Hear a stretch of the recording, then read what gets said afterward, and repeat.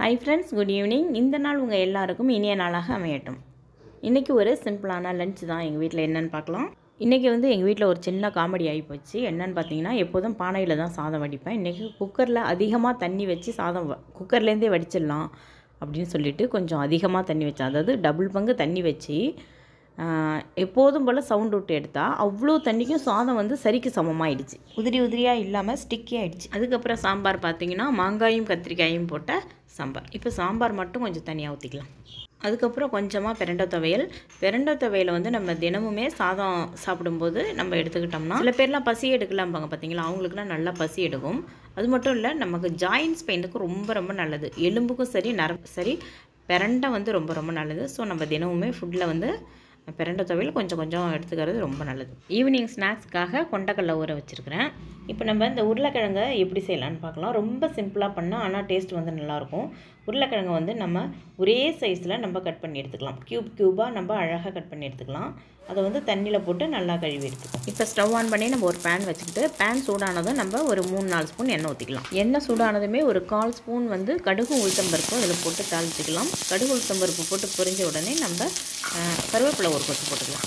கருவேப்பிலையும் போட்டு பொரிஞ்ச உடனே நம்ம கட் பண்ணி வச்ச உருளைக்கிழங்கு இதில் போட்டுக்கலாம். இது பார்க்க ரொம்ப சிம்பிளாக இருக்கும், ஆனால் டேஸ்ட் நல்லாயிருக்கும். நம்ம இதை மூடி வச்சு தான் வேக வைக்க போகிறோம். அதனால் இவ்வளோ பெரிய துண்டாக இருந்தாலும் நம்ம பயப்பட வேண்டாம், வேகாதன்னுட்டு நல்லா வெந்துடும். இது இப்போ எண்ணெயில் சும்மா 2 கிளறி விட்டுட்டு ஒரு 1/4 ஸ்பூன் அளவுக்கு நம்ம மஞ்சள் தூள் போட்டுக்கலாம். அவங்க காரத்துக்கு தகுந்த மாதிரி தனி மிளகாய் தூள் போட்டுக்கலாம். நான் ஒரு 1/2 ஸ்பூன் போட்டிருக்கிறேன். அதுக்கப்புறம் கொஞ்சம் காஷ்மீரி மிர்ச்சி பவுடர் போட்டிருக்கிறேன், ஏன்னா கொஞ்சம் கலர் வர்றதுக்காக. எல்லாத்தையும் போட்டுட்டு நம்ம எண்ணெயிலே நல்லா இப்படி கிளறி விட்டணும். ஒரு நிமிஷம் போல் கிளறி விட்டுட்டு அதுக்கப்புறம் நம்ம இதுக்கு தேவையான உப்பு சேர்த்துடலாம்.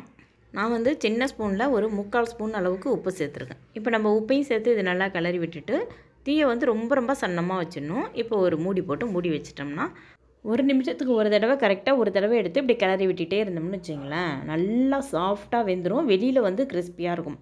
ஒருவேளை நமக்கு கொஞ்சம் வேகாத மாதிரி இருக்குது, அதுக்குள்ளே எண்ணெயும் பற்றாமல் கொஞ்சம் அதுக்குள்ளார கொஞ்சம் ட்ரை ஆன மாதிரி போயிடுச்சு, ஆனால் வேகலை அப்படிங்கிற பட்சத்தில் லேசாக ஒரு ஸ்பூன் 2 ஸ்பூன் அளவுக்கு நம்ம தண்ணி அப்படி தெளிச்சுக்கிட்டு திருப்பவும் நம்ம மூடி வச்சிட்டோம்னா அழகாக நமக்கு ஒரு 2 நிமிஷத்தில் சூப்பரான உருளைக்கிழங்கு வறுவல் நமக்கு கிடச்சிடும். நம்ம ஒரு 1 மினிட் கழித்து மூடி எடுத்துகிட்டு திருப்பி நம்ம மூடி வைக்க வேணாம். அப்படியே வெளியிலேயே வச்சு நம்ம திறந்து வச்சுக்கிட்டு அழகாக அதை கிளறி விட்டுகிட்டே இருந்தோம்னா உள்ளேயும் சாஃப்டாகிட்டு வெளியிலேயும் நல்லா கிறிஸ்பியாகிடும்.